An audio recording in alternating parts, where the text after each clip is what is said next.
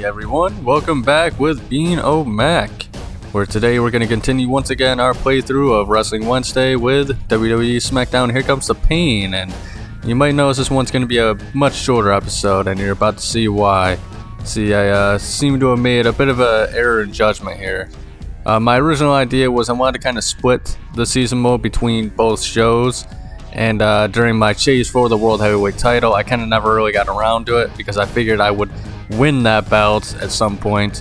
However, unfortunately, I have not gotten that title shot, and it looks like since I didn't win the Royal Rumble, I was not going to get that title shot. So in a desperate bid to try and reclaim some, lost honor, as some might say, I wanted to transfer to Smackdown, and I didn't know how this worked in this game.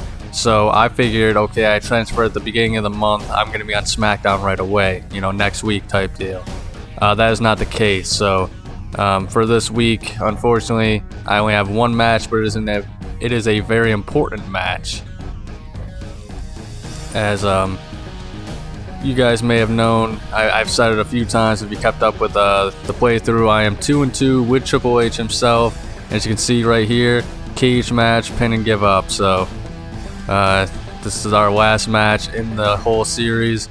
This is the one for all the marbles. It's not for the title, unfortunately, but I will say we now have the option of, getting our win back and winning, leaving the Raw brand with some honor before we go to Smackdown. And I was hoping by, going to Smackdown real quick, I was going to be able to, hopefully enter into a world title storyline. So we'll have to see how that works out. But out of all the matches here, I mean, he's beaten me in a backstage brawl. I've beaten him in a backstage brawl. He's beaten me for the title at Vengeance. I beat him in a last man standing match.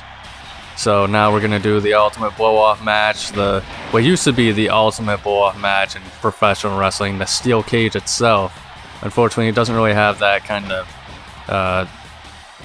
notoriety anymore, unfortunately. But I do like, just the idea of, you can't escape the cage and win. Neither of us are going to do that. At least I don't think he's going to be able to escape. I would assume it would be easier for the CPU to just pin me in this match, but it's just pretty much no weapons, no knives, no guns, just two men going one-on-one, locked into a cell together until one man comes out on top.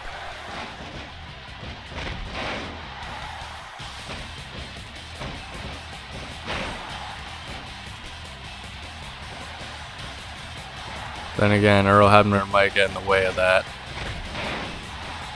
Although he's actually doing a pretty good job of staying out of the way for once in his lifetime as a referee.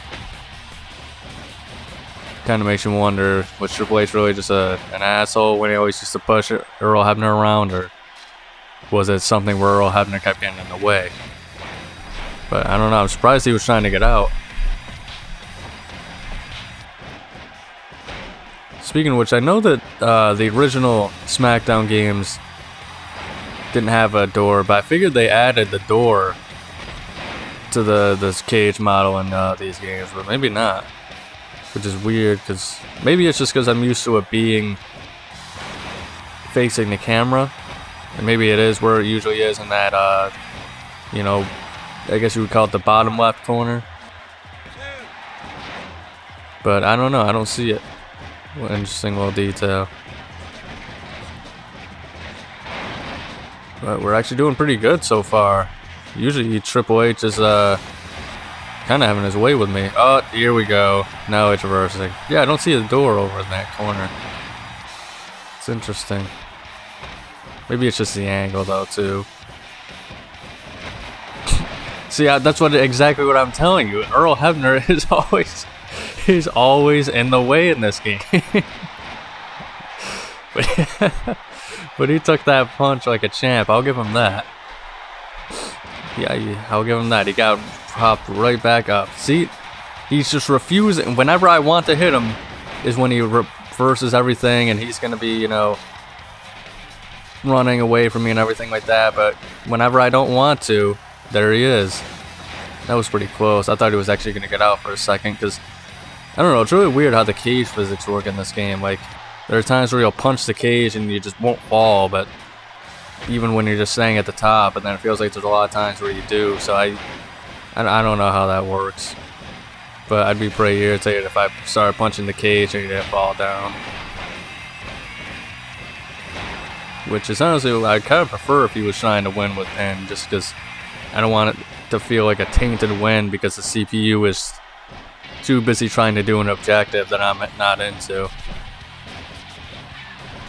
Although, he is catching up pretty quickly. Triple H is like massively strong in this game or something, because I mean, it feels like he barely does any moves to me, and he's already almost at a finisher, and I'm already yellow in my head and body.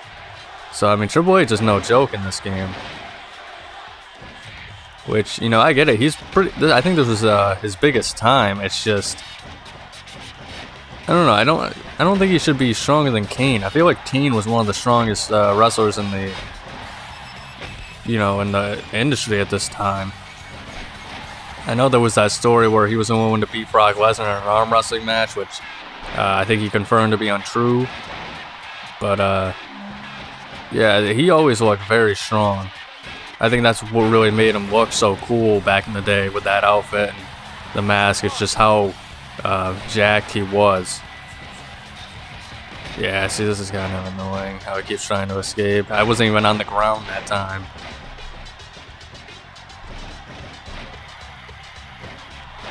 But I don't know, maybe it's even something more than strength that gives you more momentum. Nice try, Hunter. But yeah, I think Triple H is, if he's not like, I don't think he is the best. I think it's Brock Lesnar in this game, overall wise. But I think he's either like 2 or 3 in this game, which is pretty crazy. I mean, it makes sense because Stone Cold and The Rock, they pretty much retired early in the year. They didn't do anything, but it's so interesting to think that this was kind of Triple H's main rise to stardom this year. Or not the rise to stardom, but this was when he really was becoming the guy on Raw. I know a lot of people don't like that.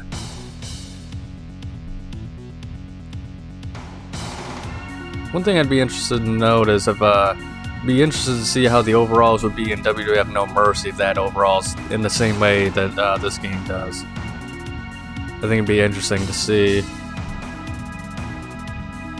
I feel like poor S.A. Rios would probably have like a 69 or something like that.